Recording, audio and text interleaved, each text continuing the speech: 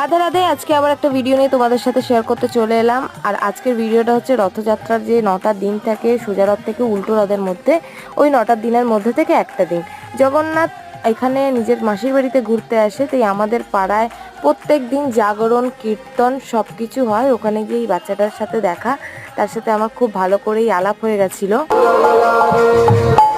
कृपा दृष्टि में बरसाया दो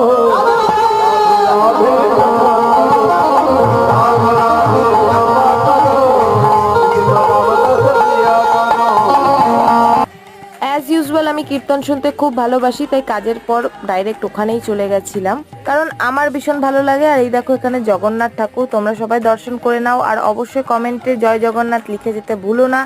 লাস্টে কীর্তন শেষ হওয়ার পর এখানে মহাভোগের লম্বা লাইন ছিল, আমি আর দাঁড়াইনি, কারণ আমি কাজ থেকে এখানে এসেছিলাম, আমি বাড়ি চলে গেছিলাম। মা নিয়ে গেছিলো আমার জন্য। ভিডিওটা যদি ভালো লেগে থাকে অবশ্যই একটা